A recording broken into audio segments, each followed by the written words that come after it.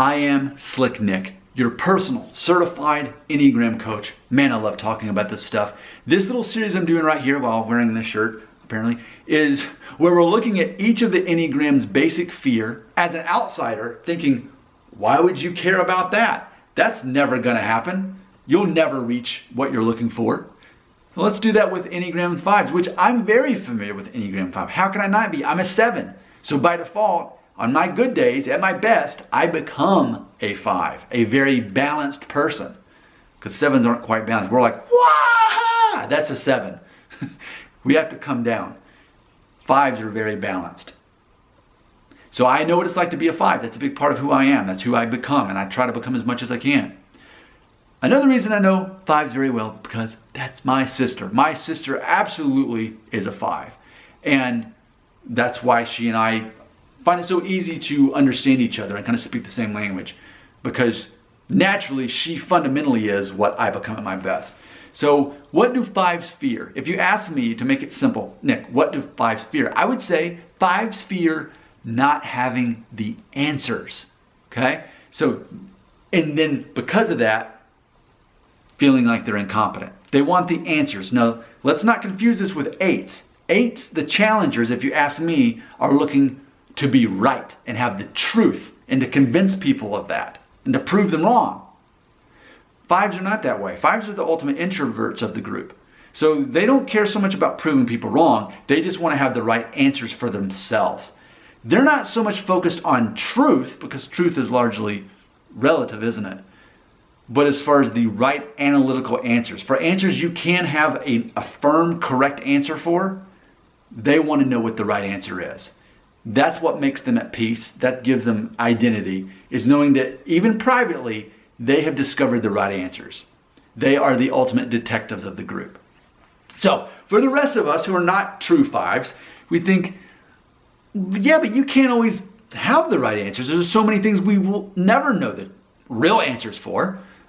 That's how the world is. It's full of mysteries, and all we can do is ultimately make a decision and say, this is what I believe is the answer, and go with it. And I know that a lot of times I won't have the answers, and if I try to trace the right answers, I'll be spending a lot of time, wasting my time ultimately, because there might not be a real solid answer there. Or maybe there is an answer, and then 5 years from now we find there's a better answer. Maybe things change, maybe things evolve. We can't know that.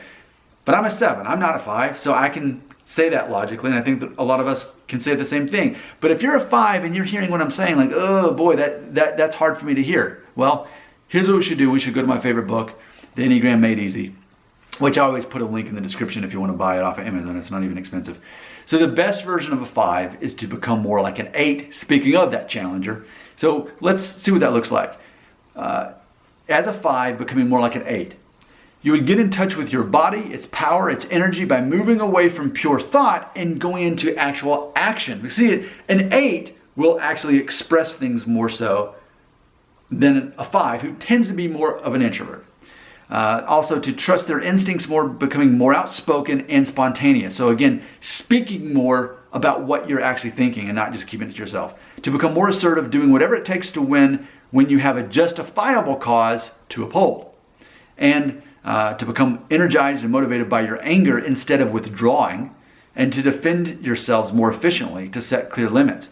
When you hear that, like, oh, I don't know if I want to become that person. That person kind of sounds obnoxious and aggressive. I don't want to become that person. Yeah, but imagine this. If you're a 5, by default, you're more of an introverted person. So your way to grow as a person is to actually become more what sounds like kind of an obnoxious person, but it won't be coming from you, because you're already more reserved. So that actually looks good on you. It looks bad on a lot of other people, but not on you. You could pull it off. And I think that's what's really interesting about this with our growth personalities for Enneagram. So I would love to hear from you if you have any thoughts on this, especially if you're an Enneagram 5. I think as I'm saying this, like, you're right, Nick. Like, I get it. I can't always be right. But what I can do is I can continue to try to find the right answers. And if I feel like I have found the truth and no one else is with me on this, I at least owe it to them to tell them, hey, here's my findings. Do with it what you want to, but here's what I found. To be more expressive about what you find are the right answers. Your comments belong right here.